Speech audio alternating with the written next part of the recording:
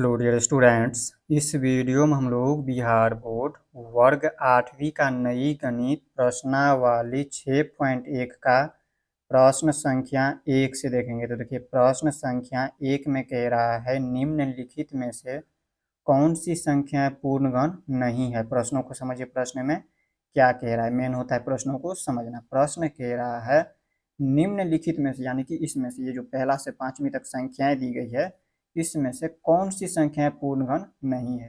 इसमें से कौन सी संख्या पूर्णगण नहीं है, ये आप लोगों को पता करना है। तो देखिए, इसके लिए मैं सबसे पहले तो ये समझना होगा पूर्णगण होती क्या है।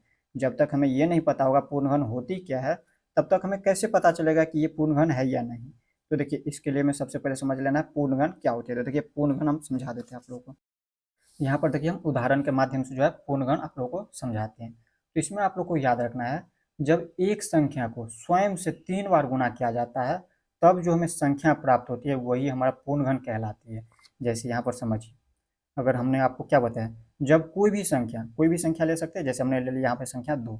अगर यहाँ पर हमने संख्या 2 लिया है, तो इसको स्वयं से 3 बार गुणा करें। इसको स्वयं से अगर हम 3 बार इस तरह से गुणा कर दें, तब जो हमें गुणा करने पर संख्या प्राप्त होगा, 2 दूनी 4 दूनी के 8। ये जो संख्या प्राप्त होगा, ये इन संख्याओं को, 2 को हम कर रहे हैं स्वयं से गुणा 3 बार, तो 2 का पूर्णगण कहलाएगा। 2 का पूर्णगण। और इसको हम लिखेंगे कैसे, पूर्णगण लिखते कैसे, जैसे आप लोगों को कहे 2 का पूर्णगण क्या होगा, तो इसके ऊपर हम लगाएंगे घात 3। इस तरह से हम लिखते हैं।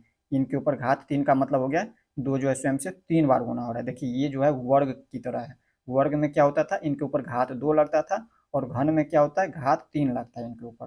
तो यहाँ पर देखिए, घात 3 का मतलब हो गया ये स्वयं से 3 बार गुना हो रहा है। तो को याद रखना है। देखिए, जैसे 2 की घन यहाँ पे 3, इसे हम पढ़ेंगे कैसे, तो 2 की घात 3, या 2 का क्यूब कहेंगे, या 2 का घन कहेंगे। तो यहाँ पे 2 का घन कितना होता है, 8 हो जाता है। इसी तरह से अगर आप लोगों को कहे 3 का घन, यहाँ पे संख्या अगर 3 है और इसका घन कहे, तो हम इस तरह से इनके ऊपर घात लगा देंगे 3।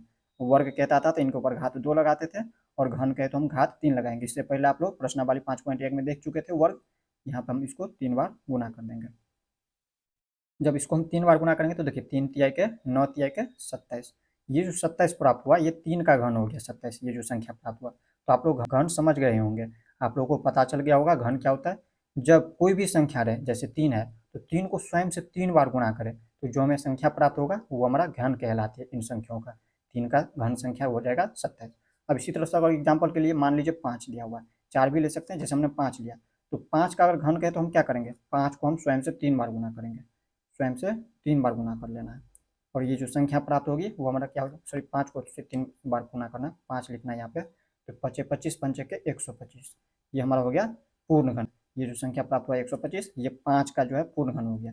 अब अगर आप लोगों को ये पूछे, आप लोगों को समझना है, जैसे अगर आप मान लीजिए यहाँ पे दिया हुआ था तो आप लोगों को पता चल गया। अगर मान लीजिए यहाँ पे संख्या न दिया हो और आप लोगों को पूछे ये पूर्णघन संख्या है या नहीं, अभी तो आप लोगों को पता है कि ये पूर्णघन है, 5 का जो है ये पूर्णघन है 125। अगर नहीं दिया होता तो आपको कैसे पता चलता कि ये 125 पूर्णघन है या नहीं।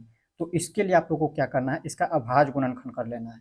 यहाँ पे ये जो 125 दिया हुआ है, इसका अभाज्य गुणनखंड करना है। देखिए, इसमें हम लगाएंगे कितना से, 2 से तो लगेगा नहीं। क्यों नहीं लगेगा, क्योंकि इसका इकाई अंक देखें तो विषम में है। तो हम लगाएंगे इसमें डायरेक्ट, ये 5 से लगेगा, 3 से भी नहीं लगेगा। 3 से देखिए 3 चौके 12, इसमें तो लग जाता है भाग, लेकिन 5 में भाग लगता नहीं है। तो हम लगाएंगे यहाँ पे देखिए 5। 5 से जब लगाते हैं तो देखिए 5 से हम 12 में भाग देंगे तो 5 दूनी के 10, 5 दूनी के 10, 12 में से हम 10 को घटाएंगे तो 2 प्राप्त होगा, और 2 पर 5 ये वो लगा देंगे, तो 2 पर 5 25 होता है, तो 25 25। अब फिर से हम यहाँ पर देखिए 5 से भाग देंगे 25 में, 5 से 125 में भाग दिए तो 25 बार में कटा है। फिर 5 से हम देंगे 25 में भाग, तो 5 बार में कटेगा, 25 25। फिर 5 से भाग देंगे तो 5 में, तो 1 बार में। तो देखिए यहाँ पर देखिए इसका गुणनखंड रूप, यहाँ पे 125 का, ये जो 125 था इसका जब गुणनखंड रूप, ये हो गया इसका गुणनखंड रूप। इसका गुणनखंड रूप देखें तो आप लोगों को याद रखना है, जब प्रत्येक संख्या त्रिक, त्रिक का मतलब होता है 3, तो त्रिक यानी कि 3 के समूह में हो, तो वो हमारा जो संख्या प्राप्त होती है वो हमारा पूर्णघन प्राप्त होती है। जैसे यहाँ पर समझिए, यहाँ पर देखिए 125 का अभाज्य गुणनखंड किए हैं, तो यहाँ पर हमें प्राप्त हुआ 5 गुने 5 गुने 5। यहाँ पर देखिए ये त्रिक में है कि नहीं, यहाँ पर देखिए तो त्रिक यानी कि 3 के समूह में है कि नहीं। वर्ग में क्या होता था, 2 का समूह होता था, लेकिन इसमें देखना है 3 का समूह। यहाँ पर देखिए 3 के समूह में है, यानी कि ये जो 125 है ये पूर्णघन है। और ये किसका पूर्णघन है, तो वो आप लोगों को क्या करना है, इसमें से एक बार 5 को लिख देना है। 3 बार 5 दिया, इसमें से क्या करना है, एक बार इस तरह से लिख देना है। तो ये हमारा 5 का जो है पूर्णघन हो गया 125। अब इसी तरह से यहाँ पर देखिए, अगर कोई और संख्या हो, अगर मान लीजिए यहाँ पर दिया है 256, यहाँ पर 256, और आप लोगों को जो पूछे ये प्रश्न संख्या 1 में इसी तरह का सवाल दिया हुआ है, तो ये आप लोगों को ध्यान से समझना है। देखिए जैसे यहाँ पर दिया है 256 और ये पूर्ण घन है या नहीं कैसे पता चलेगा। अगर आप लोगों को पूछे ये पूर्ण घन है कि नहीं तो कैसे पता करेगा, तो यहाँ पर आप लोगों को क्या करना है, इसका अभाज्य गुणनखंड कर लेना है। यहाँ पर देखिए हम इसमें 2 से भाग लगाएंगे, यहाँ पे 2 से भाग लग जाएगा क्योंकि इकाई अंक देखें तो सम में है। सम यानी कि जिसमें 2 से पूरा पूरा भाग लग जाए वो हमारा सम संख्याएं होती है। तो यहाँ पे 6 में 2 से भाग लग जाएगा, यानी कि 2 से भाग लगाएंगे तो देखिए लगा करके 2 से 2 में भाग लगाएंगे तो एक बार में। अब इसके बाद देखिए 5 है तो 2 से हम 5 में भाग लगाएंगे तो 2 दूनी के 4, 2 बार में 4, 5 में से 4 को घटाएंगे तो 1 और 1 पर 6 16, 2 अठे के 16, 128 हो जाता है। फिर 2 से लगाएंगे तो देखिए 2 छक्के 12, 6 बार में ये 12 कट गया और फिर 2 से हम 8 में भाग लगाएंगे तो 2 चौके 8, फिर 2 से लगाइए भाग तो 2 तिया के 6 और 2 दूनी के 4, फिर यहाँ पे 2 से भाग लगाएंगे तो यहाँ पे 16 दूनी के 32, 16 बार में, फिर 2 से लगाएंगे 16 में भाग तो यहाँ पे 8 हो जाता है। फिर 2 से लगाए तो 4, फिर 2 से लगाए तो 1, सॉरी 2, फिर 2 से भाग लगाए तो 1। अब देखिए ये हमारा 256 का अभाज्य गुणनखंड हो गया। अब देखिए इसको लिखना है 256 का अभाज्य गुणनखंड। देखिए कितनी बार है, 1 2 3 4 5 6 7 8 बार 2 आ रहा है तो यहाँ पे 8 बार लिख देंगे इसको गुना में, 3 4 5 6 7 और 8, इस तरह से हमने 8 बार लिख दिया।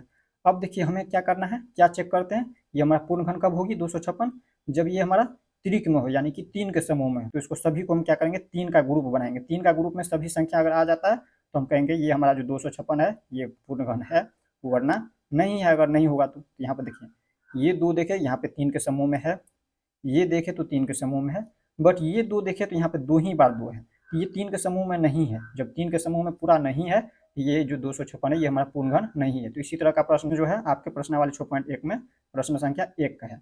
तो आप लोगों को क्या करना है, इसी तरह से हल करना है। देखिए ये जो अगर दिया हुआ था इस तरह से, अगर इसमें एक बार और दिया होता 2 तो ये हमारा ग्रुप में आ जाता 3 के ग्रुप में, तो हमारा होता जो संख्या प्राप्त होती। और यहाँ पर देखिए ये समूह में नहीं है तो ये हमारा नहीं होगा। तो चलिए अब इतना आप लोगों को समझ गए होंगे। बाकी आप लोगों को प्रश्नावली 6.1 का प्रश्न संख्या 1 को जब हल करेंगे तो उसमें आप लोगों को आसानी से समझ आ जाएगा। तो चलिए आगे आप लोगों को हम समझाते हैं। तो यहाँ पर देखिए प्रश्नावली 6.1 का प्रश्न संख्या 1 में क्या कह रहा है, कह रहा है निम्नलिखित में से कौन सी संख्या पूर्ण घन नहीं है। इसमें से कौन सी संख्या पूर्ण घन नहीं है वो आप लोग को पता करना है। तो हमने अभी आप लोग को बताया हुआ है कैसे पता करते हैं। तो सबसे पहले जैसे पहला का हल करेंगे तो पहला ये 216 है, ये इसका अभाज्य गुणनखंड कर लेना, इसका अभाज्य गुणनखंड करेंगे और इसका जब अभाज्य गुणनखंड करेंगे तो वो जो हमें संख्या प्राप्त होगा वो अगर ग्रुप में आ जाता है, 3 के ग्रुप में आ जाता है तो वो हमारा संख्या पूर्ण घन होगा, वरना नहीं होगा। तो हमें क्या करना है, सबसे पहले ये जो पहला का हल कर रहे हैं तो पहला देखिए 216 है तो इसका अभाज्य गुणनखंड कर लीजिए। इसका हमें क्या करना है, अभाज्य गुणनखंड कर लेना है। देखिए इसमें हम किससे लगाएंगे, 2 से लगाएंगे, 216 में 2 से लगाएंगे क्योंकि इसका इकाई अंक देखें तो 6 जो कि सम में है। यहाँ पे 2 से लगाएंगे तो 2 1 2, 2 8 16। अब डायरेक्ट 8 नहीं लगाएंगे, क्यों नहीं लगाएंगे 8, क्योंकि यहाँ पे देखिए 2 संख्या हम एक साथ ले रहे हैं, 2 संख्या एक साथ ले रहे हैं तो इसके लिए हमें क्या करना है, एक शून्य डालना है, इसके बाद 2 8 16, तो यहाँ पे हो जाता है 108। 2 से 216 में भाग दीजिएगा तो 108 बार में कटेगा। फिर 2 से हम भाग देंगे 108 में तो इसमें कितनी बार में कटेगा, तो 2 पंचे के 10, 2 पंचे के 10 और 2 चौके 8। फिर यहाँ पे 2 से लगाएंगे भाग तो देखिए 2 दूनी के 4, इसमें बच जाता है 1 और ये 4, तो 1 4 14 होता है, 2 सत्ते के 14। अब इसमें कितना से भाग लगेगा, 2 से लगेगा नहीं क्योंकि इसका इकाई अंक देखें तो विषम में, तो इसमें हम 3 से लगाएंगे, 3 से लगाएंगे तो 3 से भाग लग जाएगा। तो देखिए 3 9 के 27, 9 बार में ये हो गया 27। फिर 3 से लगाएंगे तो 3 3 के 9, फिर 3 से लगाए तो 1। अब देखिए इसको हम, ये गुणनखंड रूप हो गया 216 का, तो लिख देंगे एक बार 216 और इसका ये गुणनखंड रूप लिख दीजिए। ये अभाज्य गुणनखंड हो गया 2 गुने 2 गुने 2 गुने 3 गुने 3 गुने 3, 3 बार 3 है और 2 3 बार है। तो यहाँ पर देखिए ये हमारा जब कब होता है पूर्ण घन, जब यहाँ पे 3 के समूह में आ जाता है। देखिए 2 3 के समूह में और 3 भी संख्या देखे तो 3 के समूह में, देखिए दोनों जो है 3 बार है। इसमें भी देखिए 2 3 बार और 3 भी देखे तो 3 बार, यानी कि ये जो 216 है ये हमारा पूर्ण घन है। लेकिन इसमें पूछ रहा है कौन सा पूर्ण घन नहीं है, तो ये हमारा पूर्ण घन हो जाता है पहला। तो इसमें हम लिख देंगे। अब लिखेंगे क्या इसमें, तो आप लोग को ध्यान रखना है, जो भी हम बताते हैं उसमें ध्यान रखना है। देखिए 216 का ये जो संख्या प्राप्त हुआ है अभाज्य गुणनखंड, ये हमारा पूर्ण घन के रूप में है, यानी कि 3 के समूह में है। तो हमें एक बार लिख देना है, इसको लिख देंगे चूंकि ये जो 216 है, 216 का अभाज्य गुणनखंड, का अभाज्य गुणनखंड, ये लिखने से क्या होता है आप लोगों को पूरा क्लियर समझ आता है। इसे आप लोगों को भी लिखना है 216 का अभाज्य गुणनखंड, गुणनखंड, गुणनखंड जो है 3 के समूह में है, गुणनखंड 3 के समूह में है, 3 के ग्रुप यानी कि समूह में है, के समूह में है, इस तरह से लिख देना है, समूह में है। अतः ये जो संख्या दिया है 216, यह संख्या 216 जो दिया हुआ है ये हमारा पूर्णघन है, लिख देंगे। यह जो संख्या दिया है डायरेक्ट लिख दीजिए, यह एक पूर्णघन है, या फिर लिख सकते हैं ये जो संख्या दिया है 216, इस तरह से लिख देना है। 216 एक पूर्णघन है, एक पूर्णघन है, इस तरह से आप लोग को लिख देना है। ये हमारा पहला का था। अब इसी तरह से दूसरा में देखेंगे ये पूर्णघन है या नहीं, तो इसको हम कैसे जांचेंगे, तो इससे भी क्या करना है, 128 का अभाज्य गुणनखंड कर लेना है। तो यहाँ पे 128 का अभाज्य गुणनखंड ले लीजिए। यहाँ पे हमें क्या करना है, इसमें देखिए 2 से लगाएंगे, तो 2 से लगाएंगे तो 2 छक्के 12 और ये 8, 2 चौके 8, फिर यहाँ पे 2 से लगाएंगे तो 2 तिया के 6, 2 न्यू के 4, फिर 2 से लगाएंगे तो 16 बार में, फिर 2 से लगाएंगे तो 8 बार में, फिर 2 से लगाइए तो 4 बार में, फिर 2 से लगाएंगे तो 2 बार में, और 2 से लगाएंगे तो 1 बार में। इसको थोड़ा सा ऊपर कर लेते हैं। यहाँ पर देखिए इस तरह से। अब इसका अभाज्य गुणनखंड हो गया, तो लिख देना है 128 का। दूसरा नंबर हल कर रहे हैं, यहाँ पे 128 का अभाज्य गुणनखंड क्या हो गया, कितनी बार 2 है, 1 2 3 4 5 6 7 बार, तो 7 बार लिख देंगे इस तरह से गुणा में। अभी आप लोगों को पता चल चुका होगा कि यह जो है पूर्णघन है या नहीं। कितना बार, 1 2 3 4 5 6 के बाद 7 बार। तो देखिए ये 2 देखे तो यहाँ पे 3 के समूह में है, यहाँ पे देखिए 3 के समूह में है, बट यहाँ पे देखिए ये 3 के समूह में है ही नहीं। जब 3 के समूह में पूरा नहीं है, पूरा जितना भी अभाज्य गुणनखंड, जैसे 128 का अभाज्य गुणनखंड आया, पूरा का पूरा 3 के समूह में होना चाहिए, यानी कि ग्रुप में होना चाहिए, लेकिन ये 2 देखे बच जाता है, ये अकेला, ये ग्रुप में नहीं है।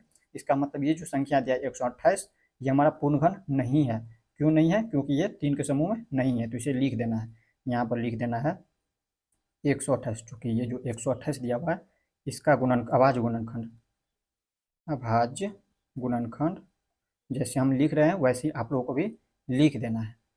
अभाज्य गुणनखंड 3 के समूह में नहीं है, 3 के समूह में नहीं है। अतः यह जो संख्या दिया हुआ है 128, 128 एक पूर्णघन नहीं है, एक पूर्णघन नहीं है। इस तरह से आप लोगों को लिख देना है। पूर्णघन कब होता है, जब 3 के समूह में होता है उसका अभाज्य गुणनखंड। अब इसी तरह से तीसरा देखेंगे ये पूर्णघन है या नहीं। ये जो दिया हुआ है 1000, ये देखेंगे पूर्णघन है या नहीं, इसको ऊपर कर लेते हैं। यहाँ पर लिखेंगे 1000 और इसका अभाज्य गुणनखंड कर लेना है।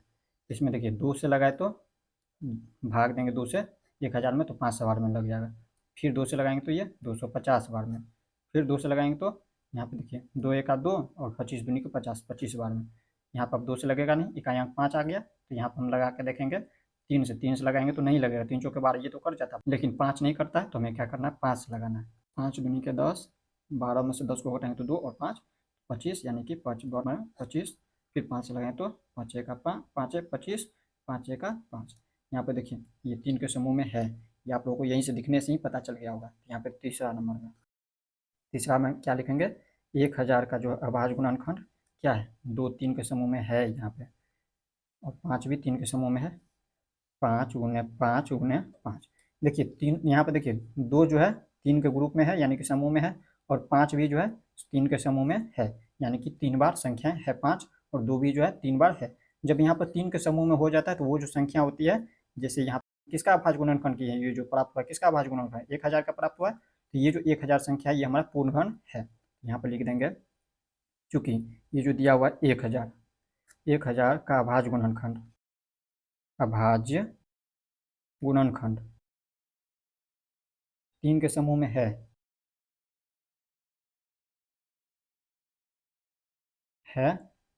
अतः यह जो संख्या दिया हुआ 1000, 1000 पूर्णघन है। पूर्ण, एक पूर्णघन लिख दीजिए या डायरेक्ट लिख दीजिए पूर्णघन है, पूर्णघन है। अब इसी तरह से यहाँ पे देखिए 4 नंबर में, 4 नंबर में देखिए क्या दिया हुआ है, यहाँ पर देखिए दिया हुआ है 1000। अब इसका भी क्या करना है, सबसे पहले अभाज्य गुणनखंड कर लेना है। अभाज्य गुणनखंड करिए, यहाँ पे लगा देते हैं 100 का, यहाँ पे कर लेते हैं 100 का अभाज्य गुणनखंड। 2 से लगाएंगे तो यहाँ पे कितना बार में, 50 बार में, 2 से 50 बार में कटेगा। यहाँ पे फिर 25 बार में 2 से भाग लेंगे तो अब 5 से लगेगा डायरेक्ट, 5 से लगाएंगे तो 25 25, फिर 5 से लगाएंगे तो 1 बार में। अब यहाँ पर देखिए इसका अभाज्य गुणनखंड, यहाँ पे 100 का अभाज्य गुणनखंड किए तो कितना प्राप्त हुआ है, 2 गुने 2 गुने 5 गुने 5, 2 गुने 2 गुने 5 गुने 5।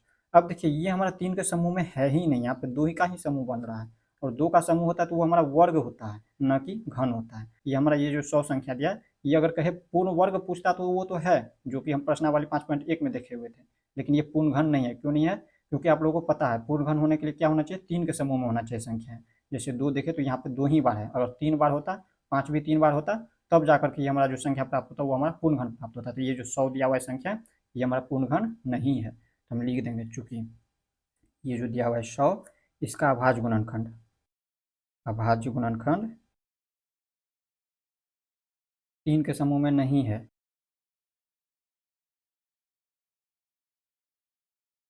इस तरह से आप लोगों को लिख देना है, 3 के समूह में नहीं है, अतः ये जो संख्या दिया हुआ है 100, 100 पूर्ण घन नहीं है। एक पूर्ण घन नहीं है, या डायरेक्ट लिख सकते हैं पूर्ण घन नहीं है, पूर्ण घन नहीं है। इस तरह से क्या करना है, आप लोगों को लिख देना है। अब इसी तरह से यहाँ पे देखिए 5 नंबर दिया हुआ है, 5 में क्या दिया हुआ है, यहाँ पर देख लीजिए 46,656, इसका भी क्या कर लेना है, अभाज्य गुणनखंड कर लेना है। इसका भी अभाज्य गुणनखंड कर लीजिए, दिया हुआ है 46,656, इसका अभाज्य गुणनखंड करिए।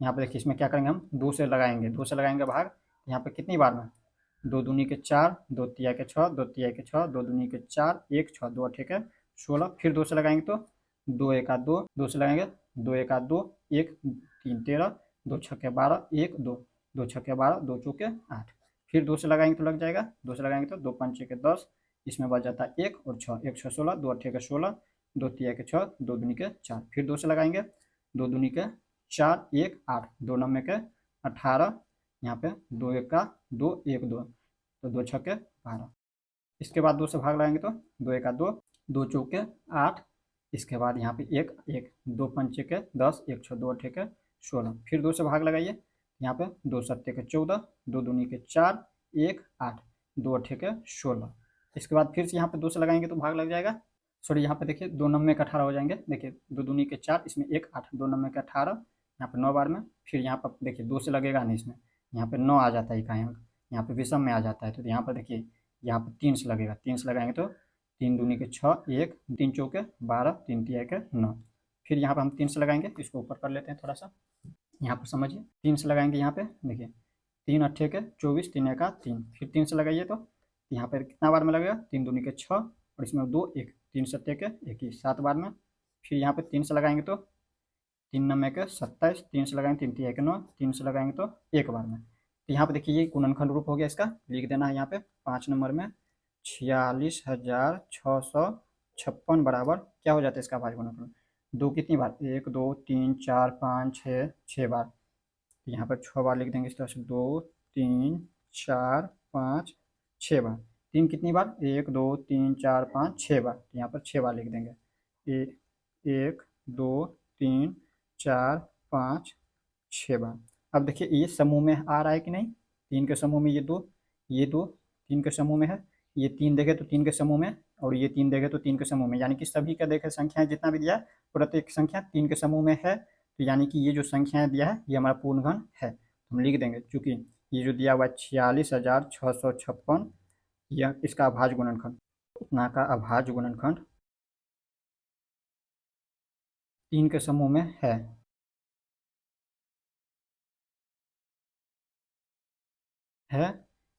अतः यह जो संख्या दिया हुआ है 46,656 पूर्ण घन है, यह एक पूर्ण घन है, या फिर डायरेक्ट लिख दीजिए पूर्ण घन है, एक पूर्ण घन है। इस तरह से क्या करना है, लिख देना है। तो इस तरह से आप लोग प्रश्न संख्या 1 को समझ गए होंगे। अब हम देख लेते हैं इसी तरह से प्रश्न संख्या 2 को। अब देखिए इसी तरह से प्रश्न संख्या 2 में क्या कह रहा है। प्रश्न संख्या 2 को समझने से पहले प्रश्न संख्या 1 को थोड़ा सा और समझ लीजिए, इसमें थोड़ा सा और समझा दे रहा है आप लोगों को। यहाँ पर देखिए समझना है, कह रहा है प्रश्न संख्या 1 में निम्नलिखित में से कौन सी संख्या पूर्णघन नहीं है। इसमें से ये जो हम हल किए हैं अभी, इसमें से कौन कौन सा संख्या जो है पूर्णघन नहीं था। तो देखिए पहला तो था, दूसरा जो है पूर्णघन नहीं है, दूसरा यहाँ पे 3 के समूह में नहीं, इसलिए दूसरा। और चौथा देखिए, चौथा नंबर देखिए ये भी हमारा 3 के समूह में नहीं है, यानी कि दूसरा और चौथा जो है पूर्णघन नहीं है। तो इसे आप लोग को समझ लेना है। तो इस तरह से आप लोग प्रश्न संख्या 1 को समझे। अब दूसरा नंबर समझिए क्या कह रहे हैं। कह रहा है वह सबसे छोटी संख्या ज्ञात कीजिए जिससे निम्नलिखित संख्याओं को गुणा करने पर पूर्ण घन प्राप्त हो जाए। प्रश्नों को समझिए, प्रश्न में क्या कह रहा है। प्रश्न में कह रहा है वह सबसे छोटी संख्या ज्ञात करना है जिससे इन संख्याओं में, ये जो संख्या दिया है सभी में गुना करें तो हमें एक पूर्ण घन प्राप्त हो जाए। यानी कि अभी जो ये संख्या दिया है, ये एक भी जो है संख्या पूर्ण घन नहीं है। एक संख्या जितना भी दिया है ये हमारा पूर्ण घन नहीं है, इसका मतलब तो हमें इसमें कौन सी संख्या से गुना करें जिससे पूर्ण घन प्राप्त हो जाए। तो इसके लिए सबसे पहले क्या करें, जिस तरह से हमने प्रश्न संख्या 1 में अभाज्य गुणनखंड किया था, इसी तरह से इसका भी अभाज्य गुणनखंड कर लेना है। तो जैसे यहाँ पे देखिए 243 पहला कॉल कर रहे हैं, 243 दिया हुआ है, इसका अभाज्य गुणनखंड कर लीजिए। यहाँ पर हम अभाज्य गुणनखंड करेंगे इसका। देखिए इसमें लगाएंगे, कितना से लगेगा, देखिए 2 से लगेगा नहीं, क्योंकि इसका इकाई देखें तो विषम में है। तो कितना से लगेगा, तो यहाँ पर हम लगा करके देखेंगे 3 से लगाएंगे तो लग जाएगा। 3 से लगाएंगे तो 3 अट्ठे के 24, 8 बार में 24 और 3 एका 3 यानी कि 81 बार में। फिर 3 से लगाएंगे तो यहाँ पे 27 तिया के 81, 27 बार में। फिर 3 से लगाएंगे तो 9 तिया के 27, फिर 3 से लगाएंगे तो 3 तिया के 9, फिर 3 से लगाए तो 3 एका 3। तो यहाँ पे देखिए इसका अभाज्य गुणनखंड लिख देना है 243। 243 का अभाज्य गुणनखंड क्या होता है, 3 गुने 3 गुने 3, कितने बार है, 5 बार, 5 बार लिख देना है। तो इसमें देखिए यहाँ पे ये 3 के समूह में है, बट यहाँ पे देखिए तो 3 के समूह में नहीं है, इसमें 2 ही बार है। तो इसमें कौन सी संख्या से गुणा करें 243 में, जिससे हमें ये जो है पूर्ण घन बन जाए। तो इसमें अगर हम 3 देखिए, एक 3 की और जरूरत है हमें। यहाँ पर अगर एक 3 और हो जाता है तो ये हमारा समूह में आ जाता है, यानी कि ये 3 के समूह में आ जाता है। तो हमें क्या करना है, इसमें 243 में जो है 3 से गुना कर देना है। अगर हम यहाँ पर 3 से गुना कर देते हैं ये 3 के समूह में आ जाएगा। तो यही हमें सबसे छोटी संख्या कह रहा था निकालने के लिए, तो यही हमारा सबसे छोटी संख्या 3 हो जाएंगे। अब इसे लिखना भी तो है, कैसे लिखेंगे, तो यहाँ पे हमें लिखना है, चूँकि 243 के अभाज्य गुणनखंड में 3 3 के समूह में नहीं है। ये जो 3 दिया हुआ है 3 के समूह में नहीं है, 3 3 के समूह में नहीं है।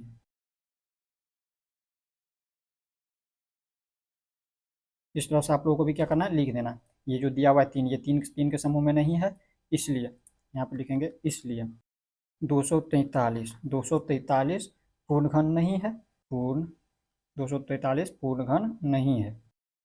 पूर्ण घन कब होता है, जब यहाँ पे 3 के समूह में होता है। ये 3 के समूह में नहीं है तो पूर्ण घन नहीं है। तो हमें क्या करना है, इसे पूर्ण घन बनाने के लिए कह रहा है कौन सी सबसे छोटी संख्या से गुना करें तो हमें पूर्ण घन प्राप्त होगा, तो 3 से, यही 3 से अगर हम गुना कर देते हैं तो ये हमारा एक पूर्ण घन प्राप्त हो जाएगा। तो हम लिख देंगे, अतः अतः लिखना है 243 में 243 में 3 से गुना करने पर 3 से गुना करने पर एक पूर्ण घन प्राप्त होगी, प्राप्त होगी। इस तरह से आप लोग को लिख देना। यही हो गया इसका उत्तर। यही कितना से हम गुना कर रहे हैं, सबसे छोटी संख्या 3 से गुना कर रहे हैं, तो यहाँ पे 3 हो गया इसका उत्तर, यही 3। तो हमें लिख देना। आप देखिए इसको गुना करके लिख देते हैं, 243 में अगर हम गुना कर देते हैं 3 से तो यही जो है ग्रुप में आ जाएंगे। ये इसका गुणनखंड जो है ये ग्रुप में आ जाएंगे। अब देखिए ये 3 के समूह में और ये भी 3 के समूह में हो जाएंगे, क्योंकि हमें 3 की जरूरत था ग्रुप में लाने के लिए। तो यही छोटी संख्या 3 से गुना की है, ये 3 इसका आंसर हो गया। इसको गुना करके भी आप लोग देख सकते हैं। तो इसको जब गुना करेंगे तो हमें एक पूर्ण घन प्राप्त हो जाएंगे। देखिए 3 से 3 को गुना करेंगे, 3 तिया के 9, 4 को 3 से गुना करेंगे, 4 तिया के 12 के 2, हाथ में 1, 3 दूनी के 6, 1, 729 हो जाता है। ये जो 729 का अभाज्य गुणनखंड इस रूप में आ जाएगा, करिएगा तो, जो कि एक पूर्ण घन प्राप्त होता है। ये जो है संख्या पूर्ण घन हो गया, और इसमें हम 3 से गुना किए तब जाकर के हुआ है, तो यही 3 इसका उत्तर हो जाएंगे। ये इस तरह से आप लोग को लिख देना। यही हो गया इसका उत्तर, तो उत्तर में लिख देना है 3। यहाँ पर उत्तर में अलग से नहीं लिखना है 3, यही हो गया, इसको लिख देंगे, मतलब उत्तर मिल गया। अब इसी तरह से यहाँ पर देखिए दूसरा नंबर, दूसरा में दिया है 256। अब 256 का भी क्या करेंगे, हम अभाज्य गुणनखंड करेंगे सबसे पहले। तो यहाँ पे देखिए 256 का अभाज्य गुणनखंड कर लीजिए। 2 से लगाएंगे तो 2 एका 2, और यहाँ पे 2 दूनी के 4, 1 6, 2 अट्ठे के 16, 2 से लगाएंगे तो 2 छक्के 12, 2 चौके 8, 2 से लगाएंगे तो तिया के 6, 2 दूनी के 4, फिर 2 से लगाएंगे तो 16 बार में, फिर 2 से लगाएंगे तो 8 बार में, फिर 2 से लगाए तो 4 बार में। इसको थोड़ा सा ऊपर कर लेते हैं। यहाँ पर फिर अब हम क्या करेंगे, 2 से लगाएंगे तो 2 बार में, फिर 2 से लगाए तो 1 बार में। यहाँ पे फास्ट करें, जिसकी वजह से हो सकता है थोड़ा सा राइटिंग समझ ना आए। तो यहाँ पर आप लोगों को सुनना है ध्यान से जो बता रहे हैं। यहाँ पर देखिए 256 का अभाज्य गुणनखंड, यहाँ पर कितनी बार 2 है, 1 2 3 4 5 6 7 8 बार, तो 8 बार लिख देना है। 1 2 3 4 5 6 7 8 बार हो गया। अब इसके बाद क्या करना है, इसका ग्रुप बना लेना है। देखिए ये ग्रुप में 3 के ग्रुप में, ये भी 3 के ग्रुप में, बट यहाँ पे देखिए तो ये 2 ही बार है, इसमें एक और 2 की आवश्यकता है। इसमें अगर हम 2 से गुना कर दें तो ये भी ग्रुप में आ जाएंगे, यानी कि हमें 2 से गुना करना है 256 में, तो हम लिख देंगे इस तरह से, चूँकि 256 के अभाज्य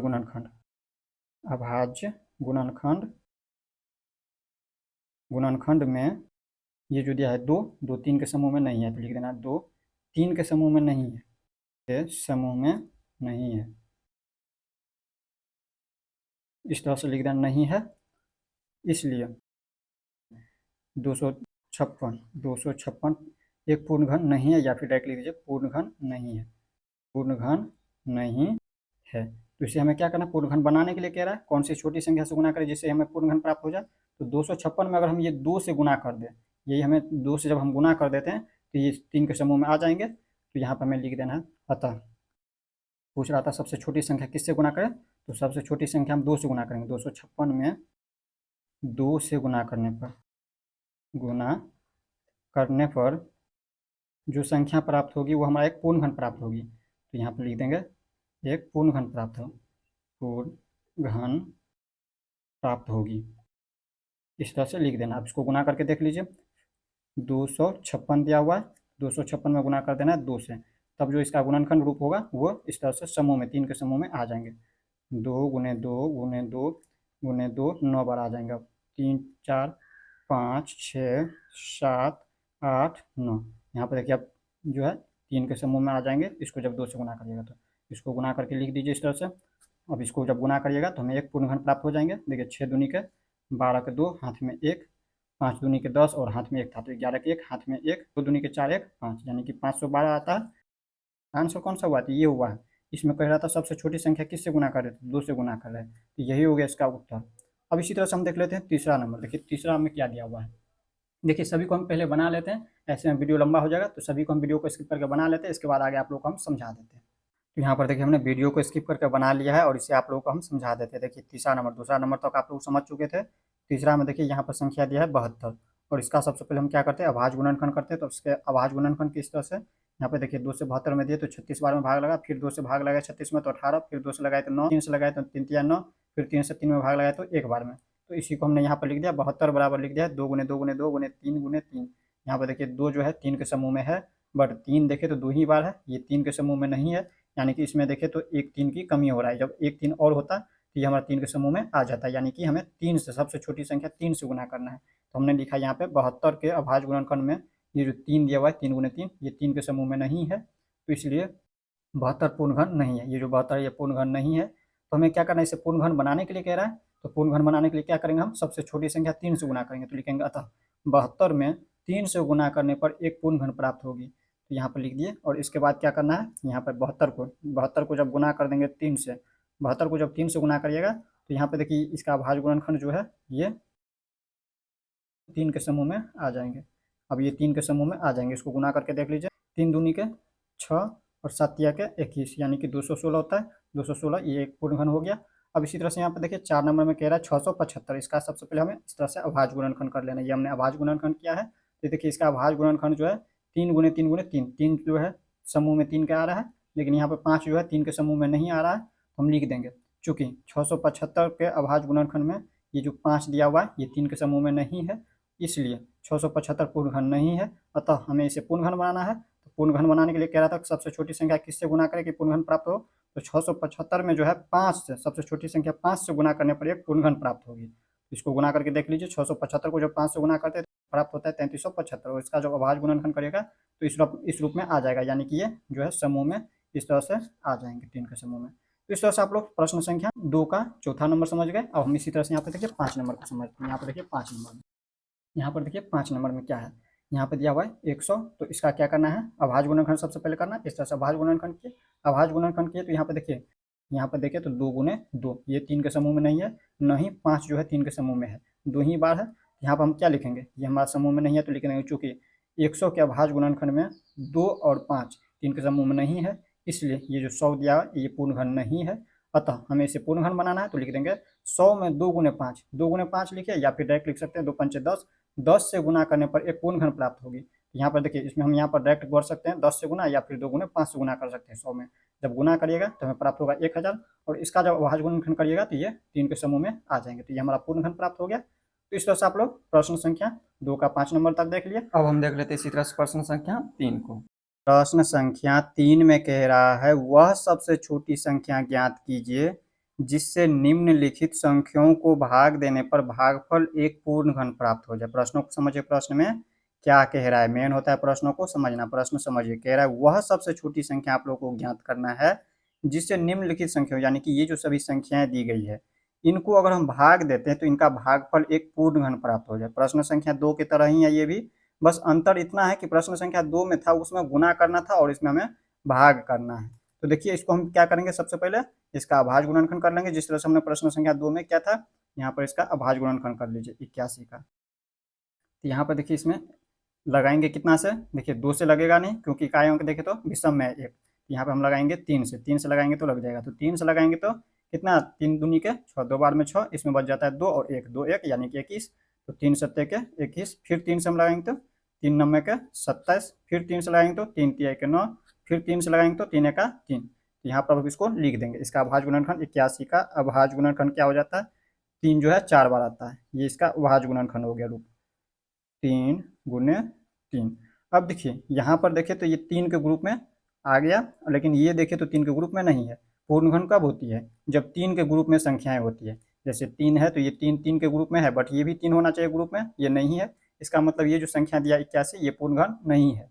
तो इसे हमें क्या करना है, पूर्णघन बनाना है। पूर्णघन बनाने के लिए क्या करना है, देखिए कह रहा है वह सबसे छोटी संख्या ज्ञात करना है जिससे हम भाग दें, जिससे हम क्या करें भाग दें तो भागफल एक पूर्णघन प्राप्त हो जाए। तो इसमें हमें देखिए 81 में क्या करना है, 3 से भाग देना है। यही 3 से अगर हम भाग दे दें ये 3 हट जाएंगे तो यहाँ पे बच जाएंगे यही 3 का ग्रुप। तो यहाँ पे हमें क्या करना है, 81 में 3 से भाग करना है। तो सबसे पहले लिख देंगे इसको जिस तरह से हमने प्रश्न संख्या 2 में लिखा था, इसमें भी लिख देना। चूंकि यहाँ पर देखिए ये 81 का अभाज्य गुणनखंड जो है 3 के ग्रुप में नहीं है, यहाँ पर हम लिख देंगे 81 का अभाज्य गुणनखंड। अभाज्य गुणनखंड में, अभाज्य गुणनखंड में ये जो संख्या 3 दिया हुआ है 3 के समूह में नहीं है, यानी कि 3 के ग्रुप में नहीं है, नहीं है इसलिए इसलिए हम लिखेंगे ये जो 81 है ये पूर्णघन नहीं है। पूर्णघन कब होता है, जब 3 के ग्रुप में होता है प्रत्येक संख्या। यहाँ पर ये तो ग्रुप में है, ये नहीं है 3 ग्रुप में, इसलिए ये जो 81 दिया हुआ है ये एक पूर्णघन नहीं है, ये एक पूर्णघन नहीं है। तो हमें क्या करना है, इससे पूर्णघन बनाना है। कह रहा है कौन सी सबसे छोटी संख्या से भाग दे कि ये हमारा एक पूर्णघन प्राप्त हो जाए इसका भागफल। तो देखिए 81 में हमें जो है 3 से भाग देना है, ये 3 जो है एक्स्ट्रा हो जाता है, इन्हें हमें हटाना है। 3 से भाग दे करके हटा देंगे इसमें। यहाँ पर लिख देंगे अतः 81 में 3 से भाग देने पर, 3 से भाग देने पर इसका जो भागफल प्राप्त होगा, जब 81 में 3 से भाग देंगे तो हमें भागफल जो प्राप्त होगा वो हमारा एक पूर्णघन प्राप्त होगी। तो लिख देंगे भागफल एक पूर्णघन प्राप्त होगी, पूर्णघन प्राप्त होगी। इस तरह से आप लोग को लिख देना है। अब इसमें भाग दे करके देख लेना है। देखिए यही इसका उत्तर हो गया है, यही हो गया इसका उत्तर। यहाँ पे मैं कह रहा था कितना से भाग देंगे तो भागफल इसका पूर्णघन प्राप्त होगा, तो 3 से। ये 3 इसका उत्तर हो गया। तो इसी तरह से ये उत्तर प्राप्त हो चुका है, लेकिन यहाँ पे हमें इसमें भाग दे करके भी दिखाना है। तो यहाँ पर 81 में हम भाग दे करके देख लेते हैं। 81 में जब हम 3 से भाग देंगे तो इस रूप में आ जाएंगे। यहाँ पे ये 3 हट जाएंगे, यहाँ से ये ग्रुप में आ जाएंगे। इसमें भाग दे करके देखिए 81 में भाग दीजिए। देखिए 3 से हम देंगे 8 में भाग, तो 3 दूनी के 6, 2 बार में 6, इसमें 8 में से हम 6 को घटाएंगे तो 2 बच जाता है और ये 1, तो 2 पर 1 21 होता है। तो 3 सत्ते के 21, यानी कि ये जो संख्या प्राप्त हुआ है 27, ये हमारा पूर्णखंड प्राप्त हुआ। क्यों, क्योंकि यहाँ पर देखिए इसका जब हम गुणनखंड रूप में, अभाज्य गुणनखंड रूप यही हो गया। यहाँ पर देखिए 3 से भाग दिए हैं यहाँ पर 81 में, तो ये जो प्राप्त हुआ हमें ये इसका भागफल हो गया। और ये जो भागफल प्राप्त हुआ ये एक पूर्णखंड प्राप्त हुआ, क्योंकि यहाँ पर देखिए इसका गुणनखंड रूप देखें ये इसी का गुणनखंड रूप हो गया। ये एक समूह में है, 3 के समूह में आ गया है। तो इसी तरह से यहाँ पर देखिए अब देख लेते हैं दूसरा नंबर। पहला में हो सकता है नहीं समझ आएगा, तो दूसरा जब हल करेंगे तो उसमें समझ आ जाएगा। देखिए दूसरा में दिया 128, इसका अभाज्य गुणनखंड कर लीजिए। 2 से लगाएंगे तो 2 छक्के 12 और 2 चौके 8, फिर 2 से लगाना है, 2 तिया के 6, 2 दूनी के 4, फिर 2 से लगाएंगे तो 16 दूनी के 32, फिर 2 से लगाएंगे तो 8, फिर यहाँ पे 2 से लगाना है तो 4, फिर 2 से लगाए तो यहाँ पे इसको थोड़ा सा ऊपर कर लेते हैं। यहाँ पर देखिए 2 से लगाना है, यहाँ पर बच जाएंगे 2, फिर 2 से लगाएंगे तो 1, यहाँ पर देखिए इस तरह से आ गया। ये अभाज्य गुणनखंड हो गया 128 का। दूसरा नंबर हल कर रहे हैं, यहाँ पर दिया हुआ 128, तो इसका लिख देना है अभाज्य गुणनखंड। 128 का अभाज्य गुणनखंड क्या आता है, कितनी बार 2 है, 1 2 3 4 5 6 7 बार, तो इसको हम लिख देंगे 7 बार। 1 2 3 4 5 6 7। अब देखिए 3 का ग्रुप बनाना है, 3 का समूह बनाना होता है। देखिए 3 का समूह में है, बट ये संख्या देखिए 3 के समूह में नहीं है।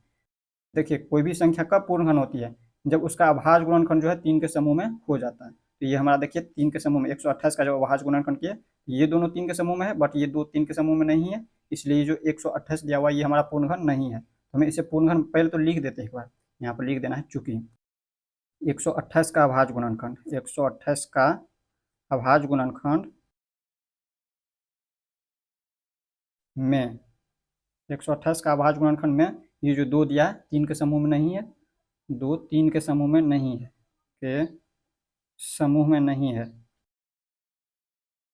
इस तरह से लिख देना, 3 के समूह में नहीं है, इसलिए ये हमारा 128 जो है पूर्ण घन नहीं है। 128 एक पूर्ण घन नहीं है, इस तरह से लिख देना। तो हमें क्या करना है, इसे पूर्ण घन बनाना है। तो इसमें 128 में हमें कह रहा था कौन सी सबसे छोटी संख्या से भाग दे कि हमें इसका भागफल एक पूर्ण घन प्राप्त हो जाए। तो 128 में क्या करना है, 2 से भाग देना है। जो एक्स्ट्रा बच जाता है उसमें क्या करना है, 2 से भाग देना है। यहाँ पर 2 से जब भाग देंगे तो ये हट जाएंगे, ये 3 के ग्रुप में आ जाएंगे। तो हमें क्या करना है, 128 में भाग देना है 2 से, ये 2 से भाग देना है। तो हम लिख देंगे अतः 128 में 2 से भाग देने पर भागफल भागफल एक पूर्ण घन प्राप्त होगी।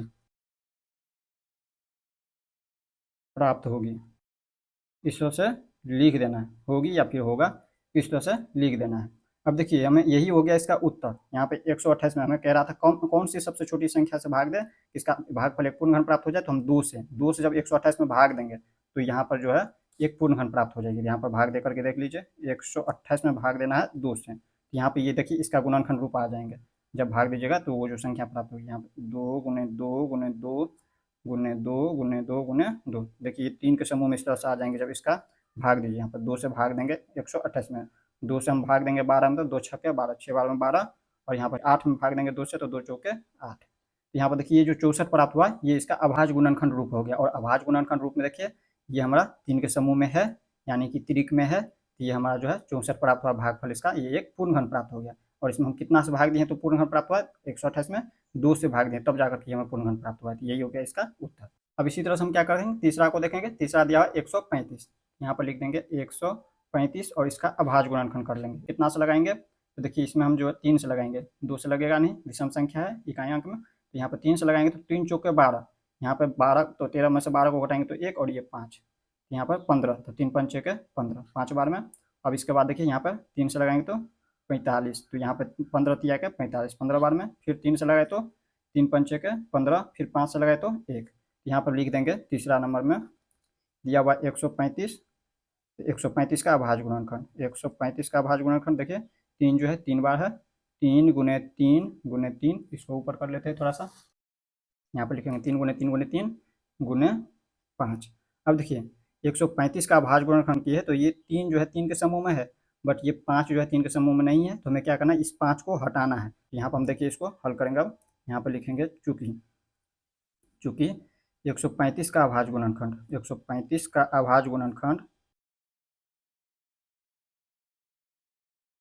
में ये जो 5 संख्या दिया 3 के समूह में नहीं है, 5 3 के समूह में नहीं है।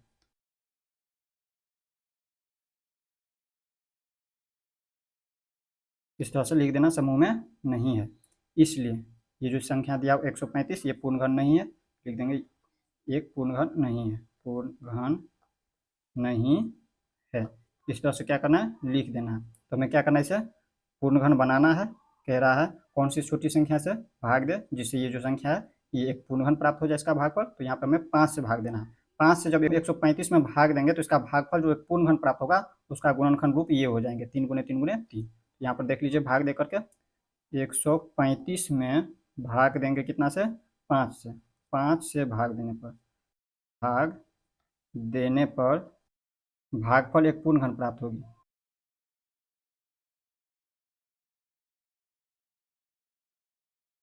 होगी इस तरह से लिख देना है। अब देख लीजिए इसमें भाग दे करके 135 में जब हम देंगे भाग 5 से, तो यही गुणनखंड रूप में आ जाएंगे इस तरह से, 3 गुने 3 गुने 3। भाग दे करके देख लीजिए, 5 से हम देंगे 13 में भाग तो 5 दूनी के 10, 2 बार में 10, और इसके बाद देखिए 13 में से हम 10 को घटाएंगे तो 2 5 25, यानी कि 5 25, ये 25, सॉरी यहाँ पर देखिए गलती किया हमने, 5 दूनी के 10, और इसमें हो जाता है 3, और 3 5 35, यानी कि 5 7 के 35, यहाँ पर 7 हो जाता है। यहाँ पर हमने गलती किया था, 7 बार में होगा। इसी तरह से तीसरा और चौथा को वीडियो को स्किप करके बना लेते हैं, नहीं तो वीडियो बहुत लंबा हो जाएगा, और इसके बाद आप लोगों को हम समझा देंगे। तो यहाँ पर देखिए प्रश्न संख्या 3 का 4 नंबर, वीडियो को स्किप करके हमने इसे बना लिया है। अब आप लोगों को हम समझा दे रहे हैं। देखिए 192, तो पहला स्टेप हम क्या करते हैं, इसका अभाज्य गुणनखंड कर लेते हैं। देखिए इसका ये अभाज्य गुणनखंड हो गया। देखिए 2 कितनी बार, 1 2 3 4 5 6 बार, यहाँ पर देखिए 6 बार, तो यहाँ पर 3 का समूह में आ गया ये, तो ये भी 3 के समूह में, बट ये जो 3 दिया है ये 3 के समूह में नहीं है, तो इसे हम लिख देंगे, लिखेंगे चूंकि 192 का अभाज्य गुणनखंड में ये जो 3 दिया है ये 3 के समूह में नहीं है, इसलिए ये जो 192 दिया है संख्या ये एक पूर्ण घन नहीं है। हमें क्या करना है, इसे पूर्ण घन बनाना है। कह रहा है सबसे छोटी संख्या किससे भाग दे कि इसका भागफल जो है एक पूर्ण घन प्राप्त हो जाए। तो देखिए 192 में जो है 3 से, ये 3 को हटाना है यहाँ से, तो ये हमारा पूर्ण घन के रूप में आ जाएंगे, ये समूह में आ जाएंगे 3 के समूह में, तो ये हमारा पूर्ण घन प्राप्त हो जाएगी। यहाँ पर हम लिख देंगे 192 में 3 से भाग देने पर भागफल इसका जो है एक पूर्ण घन प्राप्त हो जाएगा। देख लीजिए भाग दिए हैं यहाँ पे, 3 से जब 192 में भाग दिए, ये जो 64 प्राप्त हुआ है इसका भागफल ये एक पूर्ण घन प्राप्त हो गया, क्योंकि यहाँ पर देखिए इसका जो यह गुणनखंड रूप है ये 3 के समूह में आ गया है। जब 3 के समूह में है तो ये हमारा पूर्ण घन हो गया। अब इसी तरह से यहाँ पर देखिए 5 नंबर में दिया है, इसको हम थोड़ा सा ऊपर कर लेते हैं। अब इसी तरह से यहाँ पर देखिए 5 नंबर में यहाँ पर दिया हुआ है 704, तो सबसे पहले हम स्टेप क्या करते हैं, इसका अभाज्य गुणनखंड कर लेते हैं। देखिए इसका अभाज्य गुणनखंड हो गया ये, यहाँ पर देखिए ये 3 के समूह में है, दिया है 2, और ये भी 3 के समूह में, बट ये 11 देखिए तो ये 3 के समूह में नहीं है, तो हम इसी को लिख देंगे। चूंकि 704 का अभाज्य गुणनखंड में 11 जो है ये 11 3 के समूह में नहीं है, इसलिए ये जो दिया हुआ है संख्या 704 ये एक पूर्ण घन नहीं है। तो हमें क्या करना है, इसे पूर्ण घन बनाना है। तो सबसे छोटी संख्या हम किससे भाग दें कि एक पूर्ण घन प्राप्त होगी, तो 11 से, 11 से यहाँ पे हटा देंगे, तो ये 3 के समूह में आ जाता है। ये हमें क्या करना है, 11 से भाग देना है, तो हम लिख देंगे अतः 704 में 11 से भाग देने पर जो है भागफल एक पूर्ण घन प्राप्त हो जाएगा। देख लीजिए भाग दे करके 11 से जब भाग देंगे 704 में, तो देखिए 64 प्राप्त हुआ, और इसका अभाज्य गुणनखंड रूप देखिए यहाँ पर 3 के समूह में है, यानी कि ये पूर्ण घन है। यहाँ पर देखिए पूर्ण घन के रूप में प्राप्त हो गया। तो इस तरह से आप लोग प्रश्न संख्या 3 का 5 नंबर तक देख लिया। अब देख लेते इसी तरह से प्रश्न संख्या 4 को। अब देखिए इसी तरह से प्रश्न संख्या 4 में क्या कह रहा है, प्रश्न संख्या 4 कह रहा है परीक्षित प्लास्टिसिन का एक घनाभ बनाता है जिसकी भुजाएं 5 सेंटीमीटर, 2 सेंटीमीटर और 5 सेंटीमीटर है। एक घन बनाने के लिए ऐसे कितने घनाभों की आवश्यकता होगी। प्रश्नों को समझिए, प्रश्न में क्या कह रहा है। प्रश्न कह रहा है परीक्षित प्लास्टिसिन का एक घनाभ बनाता है जिसकी भुजाएं इस तरह से दिया हुआ है 5 सेंटीमीटर, 2 सेंटीमीटर और 5 सेंटीमीटर है। तो कह रहा है एक घन बनाने के लिए ऐसे कितने घनाभों की आवश्यकता होगी। तो देखिए सबसे पहले तो हमें ये समझना होगा घनाभ क्या होता है और घन क्या होता है। यहाँ पर समझिए घनाभ और घन। देखिए देखिए ये आकृति है घन और घनाभ की। देखिए ये हमारा होता है घन और ये होता है घनाभ। अब दिखने में आप लोगों को दोनों समान दिख रहा होगा, यहाँ पर देखिए दोनों समान नहीं है, ये घन है और ये घनाभ है। अब घन में और घनाभ में अंतर क्या होता है ये समझिए। देखिए घन की लंबाई, चौड़ाई और ऊंचाई, ये देखिए भुजा, ये जो भुजा दिया हुआ इस तरह से, ये जो हमारे भुजा होती है इनकी ये समान होती है। ये देखिए घन में जो है इनकी भुजाएं, जैसे मान लीजिए इनकी लंबाई, ये हमारा अगर लंबाई है तो इनकी लंबाई और चौड़ाई और ऊंचाई, ये जो ऊंचाई इस तरह से समान होती है। लेकिन घनाभ में क्या होती है, इनकी लंबाई, चौड़ाई और ऊंचाई अलग अलग होती है। मान लीजिए इनकी लंबाई इस तरह से अगर दिया हो, अगर ये लंबाई इस तरह से दिया हो 5 सेंटीमीटर का, तो ये हो सकता है 4 सेंटीमीटर का हो, और इनकी ऊंचाई हो सकता है 2 सेंटीमीटर या फिर 3 सेंटीमीटर या 1 सेंटीमीटर का हो। तो इस तरह से होता है। लंबाई, चौड़ाई और ऊंचाई क्या होता है घनाभ की अलग अलग होती है, लेकिन घन की लंबाई, चौड़ाई और ऊंचाई क्या होती है, समान होती है। तो इतना आप लोग को ध्यान रखना है। और घनाभ का आयतन बराबर सूत्र होता है लंबाई गुणे चौड़ाई गुणे ऊंचाई। तो इसी सूत्र को हम इसमें लगाएंगे, यहाँ पर लगाएंगे, यहाँ पर लिखेंगे घनाभ का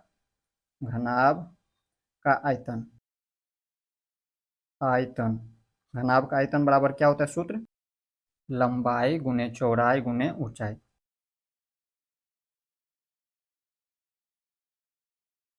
इस तरह से लिख देना है लंबाई गुणे चौड़ाई गुणे ऊंचाई। देखिए ये हो गया लंबाई, ये हो गया चौड़ाई और ये हो गया ऊंचाई। इस तरह से लिख देना आप लोगों को। तो यहाँ पर लिखेंगे लंबाई के जगह पर 5 सेंटीमीटर है, लिख दीजिए 5 गुने 2 सेंटीमीटर 2 लिख दीजिए, और चौड़ाई दिया है 5 सेंटीमीटर 5 लिख दीजिए। और यहाँ पर देखिए ये हमारा घनाभ का आयतन, यहाँ पर देखिए ये जो दिया हुआ है ये हमारा गुणनखंड रूप में है, ये अभाज्य गुणनखंड रूप में आप लोगों को दिख रहा होगा, यह गुणा के रूप में है। तो यहाँ पर आपको क्या करना है, यहाँ पर समझना है, कह रहा है एक घन बनाने के लिए ऐसे कितने घनाभों की आवश्यकता होगी, यानी कि ऐसे कितने घनाभों की आवश्यकता होगी एक घन बनाने के लिए। तो देखिए घन कब होता है, जब यहाँ पे देखिए प्रत्येक संख्या जो है 3 के समूह में होती है, और ये 3 के समूह में नहीं है। तो हमें क्या करना है, इसको हम इस तरह से एक बार सजा करके लिख देते हैं 5 गुने में इन 5 को हम पहले लिख लेते हैं यहाँ पे, और इसके बाद इन दो को हम लिख देते हैं लास्ट में। इन्हीं को जो है सजा कर किस तरह से लिखें, तो देखिए इसे घन बनाने के लिए 1 5 की और आवश्यकता होगी। क्यों? क्योंकि देखिए घन कब होता है, जब प्रत्येक संख्या जैसे 5 है तो 5 3 के समूह में हो जाए। अगर 1 5 और होता है इसमें, अगर गुना में 5 एक और होता तो ये हमारा 3 के समूह में आ जाता। और इसमें देखिए 2 और यहाँ पे 2 की ज़रूरत है, 2 और 2 की ज़रूरत है इसमें। यहाँ पर देखिए 2 और 2 होता तो अब यहाँ पर ये जो है 3 के समूह में आता, तब जाकर के ये हमारा पूर्ण घन प्राप्त होता है। यानी कि इसमें देखिए तो 1 5 की कमी हो रहा है, गुने 2 2 की कमी हो रहा है, 2 गुने 2 इतना की कमी हो रहा है इसमें, इतना जो और होता है इसमें, तब जाकर के हमारा एक पूर्ण घन होता है। और इसको जब गुना करिएगा तो कितना प्राप्त होता है, 5 दूनी 10 दूनी के 20 प्राप्त होता है। यानी कि ऐसे 20 घनाभों की और आवश्यकता होगी तब जाकर के एक घन प्राप्त होगी। तो यहाँ पर हम लिख देंगे अतः, यहाँ पर आप लोगों को लिख देना है अतः एक घन बनाने के लिए ऐसे 20 घनाभों की आवश्यकता होगी।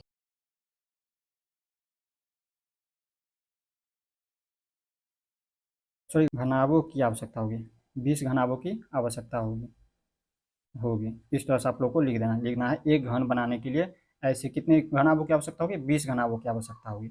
इस तरह से आप लोग प्रश्न संख्या 4 को समझ गए होंगे। इस तरह से प्रश्नावली 6.1 खत्म हो चुका है। नेक्स्ट वीडियो में हम लोग इनसे आगे देखेंगे। तो मिलते हैं नेक्स्ट वीडियो में। जय हिंद।